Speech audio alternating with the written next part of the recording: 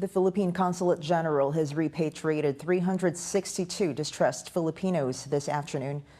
Consul General Lilibeth Diapera says there were 92 pregnant women, 10 senior citizens, and 9 infants on board. She stressed that it'd be the last government-sponsored flight.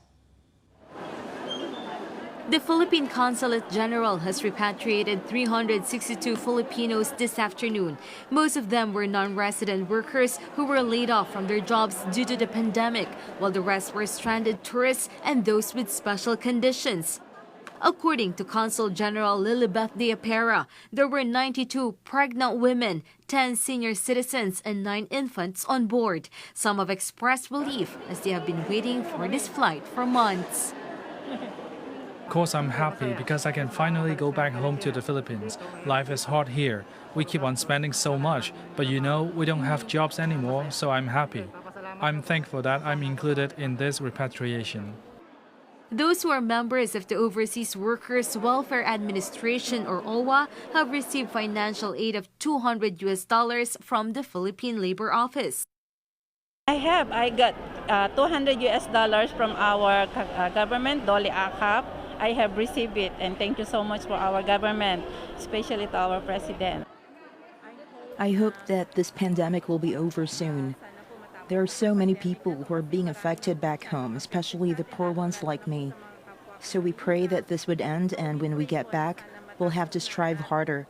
We can still have a good life, even if we stay in the Philippines for good. This non-resident worker says she has been recently diagnosed with cervical cancer. June 3, they get the CT scan for me.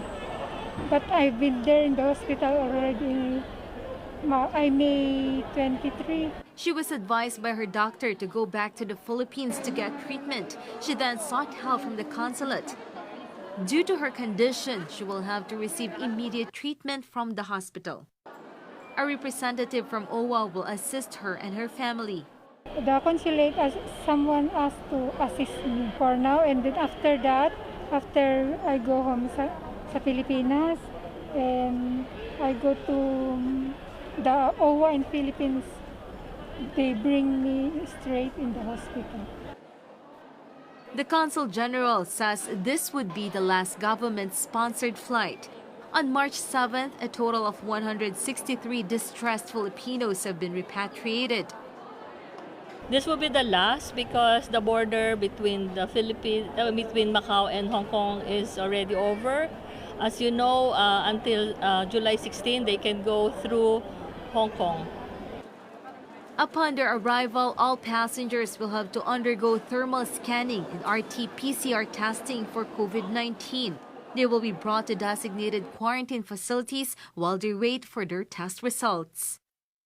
All the passengers will have to undergo temperature testing before they board. They have to wear face masks, and upon their arrival in the Philippines, they will undergo right away the testing. And since we've been reporting that there has been no cases in Macau for the last 62 days, so we foresee that they will be negative. All of them will be negative. OWA members will no longer have to pay for the tests and accommodation.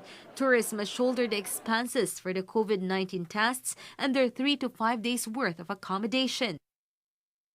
OWA will shoulder it. Only those tourists will have to pay for the tests if they are not PhilHealth members. If they're PhilHealth members, then it will be charged against PhilHealth for the tourists. And for the stay, the tourists will have to pay for their stay in the quarantine area. According to Philippine Labor Minister Silvestre Bello III, OWA members are entitled to a reintegration program which includes livelihood assistance.